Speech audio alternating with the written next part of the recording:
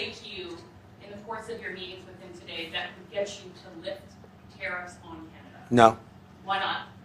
Just the way it is. What's your first state? Yeah. If Canadians don't want it, would you respect that? Sure, I would. But this is not necessarily a one-day deal. This is over a period of time they have to make that decision. Yes, go ahead. Yeah, if I may. Respectfully, Canadians' view on this is not going to change on the 51st state. Secondly, we are the largest client of the United States in the totality of all the goods. So we are the largest client of the United States. We have a tremendous auto sector between the two of us, and the changes that made have been helpful. 50% of a car that comes from Canada is American. That's not like anywhere else in the world. And to your question about is there one thing? No, this is a bigger discussion. There are much bigger forces involved, and this will take some time and some discussions, and that's why we're here, to have those discussions, and that is represented by who's sitting around the table. See, the conflict is, and this is very friendly. We're not. This is not going to be like we had another little blow up with somebody else. That was a much different.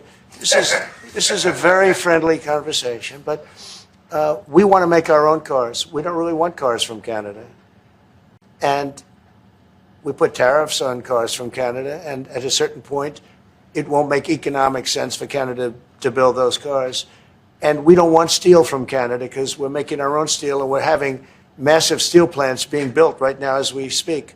We really don't want Canadian steel, and we don't want Canadian aluminum and various other things because we want to be able to do it ourselves. And we, because of past thinking of people, we have a tremendous deficit with Canada. In other words, they have a surplus with us.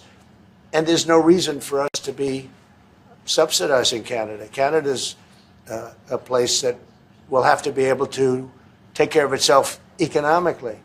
I assume they can. I will tell you that Trudeau, when I spoke to him, I used to call him Governor Trudeau. I think that probably didn't help his election. But when I spoke to him, I said, so why are we taking your cars? Why are we taking we want to make them ourselves. I mean, I said, and if the price of your cars went up, or if we put a tariff on your cars of 25%, what would that mean to you?